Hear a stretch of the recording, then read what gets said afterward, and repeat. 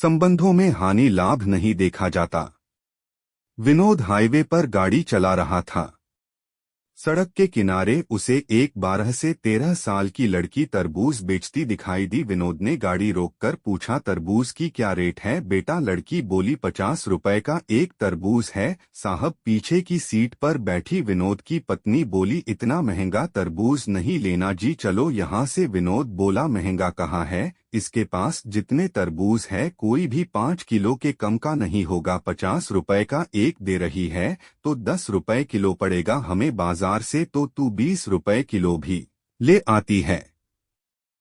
विनोद की पत्नी ने कहा, तुम रुको, मुझे मोल भाव करने दो। फिर वह लड़की से बोली, 30 रुपए का एक देना है तो दो वरना रहने दो। लड़की बोली, 40 रुपए का एक तरबूज तो मैं खरीद कर लाती हूँ आंटी, आप 45 रुपए का एक ले लो, इससे सस्ता मैं नहीं दे पाऊंगी। विनोद की पत्नी बोली, झूठ मत बोलो बेटा, सही रेट लगाओ, देखो ये तुम्हारा छोटा भाई है न, इसी के लिए थोड़ा सस्ता कर दो। उसने खिड़की से झांक रहे अपने 4 वर्षीय बेटे की तरफ इशारा करते हुए कहा। सुंदर से बच्चे को देखकर लड़की एक तरबूज हाथों में उठाते हुए गाड़ी के करीब आ गई। फिर लड़के के गालों पर हाथ फेर कर बोली, सचमुच मेरा भाई तो बहुत सुंदर है आंटी। विनोद की पत्नी बच्चे से बोली, दीदी को नमस्ते बोलो बेटा। बच्चा प्यार से बोला, नमस्ते दीदी। लड़की ने गाड़ी की खिड़की खोलकर बच्चे को बाहर निकाल लिया। फिर बोली, तुम्हारा नाम क्या भैया? लड़का बोला, मेरा नाम गोलू है दीदी। बेटे को बाहर निकालने के कारण विनोद की पत्नी कुछ असहज हो गई। तुरंत बोली, अरे बेटा इसे वापस अंदर भेजो, इसे डस्ट से एलर्जी है।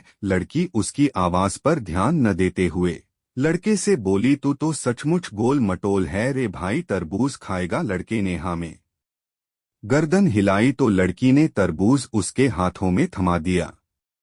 5 किलो का तरबूज गोलू नहीं संभाल पाया। तरबूज फिसलकर उसके हाथ से नीचे गिर गया और फूटकर 3-4 टुकड़ों में बंट गया। तरबूज के गिरकर फूट जाने से लड़का रोने लगा। लड़की उसे पुचकारते हुए बोली, अरे भाई रो मत, मैं दूसरा लाती हूँ। फिर वह दौड़कर गई और एक और बड़ा सा तरबूज उठा लाई। जब तक वह तरबूज उठाकर लाई इतनी देर में विनोद की पत्नी ने बच्चे को अंदर गाड़ी में खींचकर खिड़की बंद कर ली। लड़की खुले हुए शीशे से तरबूज अंदर देते हुए बोली, ले भाई ये बहुत मीठा निकलेगा। विनोद चुपचाप बैठा लड़की की हरकतें देख रहा था।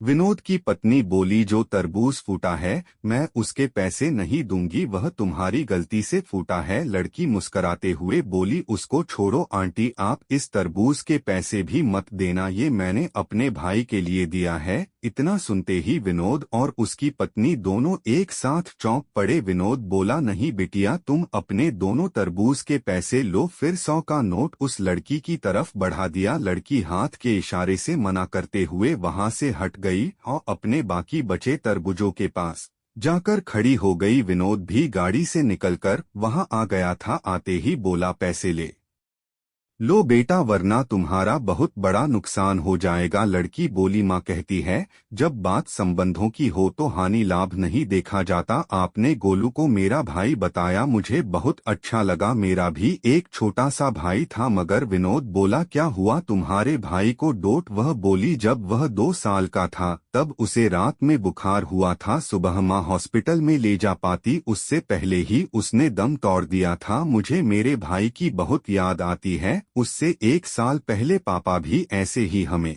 छोड़कर गुजर गए थे। विनोद की पत्नी बोली, ले बिटिया अपने पैसे ले ले। लड़की बोली, पैसे नहीं लूंगी आंटी। विनोद की पत्नी गाड़ी में गई, फिर अपने बैग से एक पाजेब की जोड़ी निकाली जो उसने अपनी 8 वर्षीय बेटी के लिए आज ही 3000 में खरीदी थी। लड़की को देते हुए बोली, तुमने गोलू को भाई माना तो मैं तुम्हारी माँ जैसी हुई ना, अब तू ये लेने से मना नहीं कर सकती। लड़की ने हाथ नहीं बढ़ाया तो उसने जबरदस्ती लड़की की गोद में पाजेब रखते हुए कहा, रख ले, जब भी पहनेगी तुझे हम सब की याद आएगी। इतना कहकर वह वापस गाड़ी में जाकर बैठ गई। फिर विनोद ने गाड़ी स्टार्ट की और लड़की को बाय बोलते हुए वे चले पड़े। विनोद गाड़ी चलाते हुए सोच रहा था कि भावुकता भी क्या चीज है। कुछ देर पहले उसकी पत्नी 10-20 रुपए बचाने के लिए हथकंडे अपना रही थी, कुछ देर में ही इतनी बदल गई जो 3,000 की पाजेब दे आई। फिर अचानक विनोद को लड़की की एक बात याद आई, संबंधों में हानि लाभ में नहीं देखा जाता। विनोद का प्रॉपर्टी के विवाद को लेकर अपने ही बड़े भाई से कोर्ट में मुकदमा चल रहा था। उसने तुरंत अपने बड़े भाई को फोन मिलाया। फोन उठाते ही बोला, भैया मैं विनोद बोल रहा हूँ।